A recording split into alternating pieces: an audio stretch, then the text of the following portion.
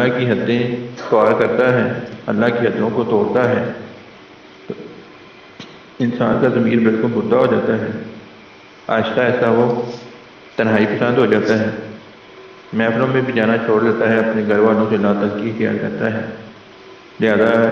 ایسی حرکات سے باز آنا چاہیے، فی الفور ایسی حرکات کو چھوڑنا چاہیے اور تنہائی میں جانے سے گریز کرنا چاہیے۔ جب بھی کبھی تنہائی کا موقع ملے تو تنہائی کو ختم کر کے کسی اچھی محفل میں جائیں، اگر اچھی محفل میسر نہیں ہے تو پھر قرآن مجید کی تلاوت کریں، کثرت سے استغفار کریں، درود شریف پڑھیں، اللہ کو یاد کریں اور وضو کر لیں، وضو کر کے نوافل پڑھیں، اور ایسی محافل میں جانے سے بچیں اور ویڈیو دیکھنے سے بچیں، اور جو رستے ہیں غلط ویڈیو دیکھنے کے وہ سارے کے سارے رستے بھی ختم کریں، رستے بند کریں، اور جو آلات ہیں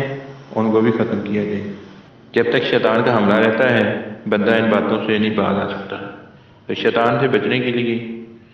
کثرت کے ساتھ درود شریف پڑھیں، استغفار کریں، اور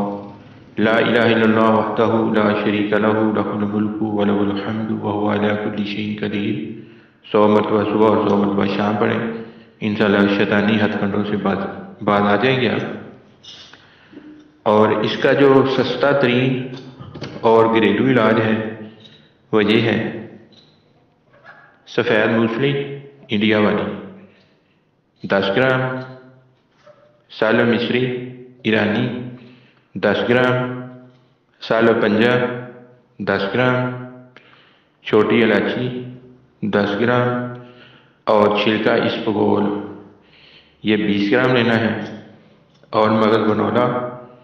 یہ بھی 20 گرام لینا ہے۔ ساری چیزوں کو بالکل باریک کر لیں۔ صبح خالی پیٹ 1 چمچ آدھا کلو دودھ کے ساتھ یہ لینا ہے۔ یہ 2 سے 3 ہفتے استعمال کریں، انشاءاللہ کھوئی توانائی واپس آ جائے گی، جسم کے اندر طاقت توانائی آئے گی، اور جو مادہ منویہ ہے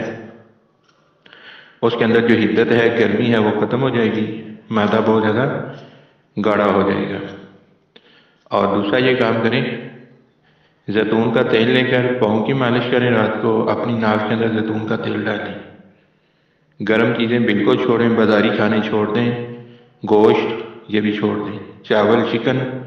ان سے مکمل پرہیز رکھیں، سادہ غذا کھائیں، ہلکی پھلکی غذا کھائیں، بازار سے کسی قسم کا کوئی کھانا نہ کھائیں،